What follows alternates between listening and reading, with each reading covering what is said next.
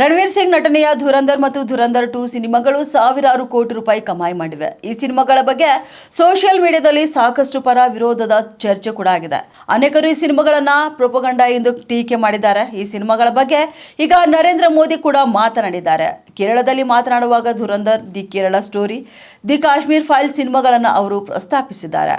ಇನ್ನು ಕೇರಳ ಸ್ಟೋರಿ ಬಂತು, ಅದರಲ್ಲಿರುವುದು ಎಲ್ಲವೂ ಸುಳ್ಳು ಅಂತ ಕೇಳಲು ಶುರು ಮಾಡಿದ್ರು. ಕಾಶ್ಮೀರ್ ಫೈಲ್ಸ್ ಬಂದಾಗಲೂ ಕೂಡ ಸುಳ್ಳು ಅಂತ ಹೇಳಿದ್ರು. ಇನ್ನು ಧುರಂಧರ್ ಸಿನಿಮಾ ಬಂದಾಗಲೂ ಕೂಡ ಸುಳ್ಳು ಅಂತ ಹೇಳ್ತಿದ್ದಾರೆ. FCRA ಕಾಯ್ದೆ ಬಗ್ಗೆಯೂ ಕೂಡ ಇದೇ ರೀತಿ ಸುಳ್ಳು ಹಬ್ಬಿಸಿದ್ರು. UCC ಬಗ್ಗೆ ಕೂಡ ಸುಳ್ಳು ಹಬ್ಬಿಸುತ್ತಿದ್ದಾರೆ ಎಂದು ನರೇಂದ್ರ ಮೋದಿ ಅವರು ಹೇಳಿದ್ದಾರೆ. ನರೇಂದ್ರ ಮೋದಿ ಅವರು ಮಾತನಾಡುತ್ತಿರುವಂತಹ ಈ ವಿಡಿಯೋ ಈಗ ಸೋಷಿಯಲ್ ಮೀಡಿಯಾದಲ್ಲಿ ಸಖತ್ ವೈರಲ್ ಆಗ್ತಿದೆ. ಅದರಿಂದಾಗಿ Dhurandhar, the Kerala story, the Kashmir file ಸಿನಿಮಾಗಳ ಬಗ್ಗೆ ಮತ್ತೆ ಚರ್ಚೆ ಜಾಸ್ತಿ ಆಗಿಬಿಟ್ಟಿದೆ. ಈ ವಿಡಿಯೋಗೆ ಕಮೆಂಟ್ ಮಾಡಿದ ಅನೇಕರು ತಮ್ಮ ಅನಿಸಿಕೆಗಳನ್ನು ನೇರವಾಗಿ ಹಂಚಿಕೊಂಡಿದ್ದಾರೆ. ಹಾಗಾದ್ರೆ ಪ್ರಧಾನಿಯವರು ಈ ಸಿನಿಮಾಗಳಲ್ಲಿ ಇರುವುದು 100% ಸತ್ಯ ಅಂತ ನಂಬ್ತಾರಾ? ಈ ಸಿನಿಮಾಗಳ ಜೊತೆ ಅವರು ಗುರುತಿಸಿಕೊಳ್ತಾರಾ ಎಂದು ನೆಟ್ಟಿಗರೊಬ್ಬರು ಪ್ರಶ್ನೆ ಮಾಡಿದ್ದಾರೆ.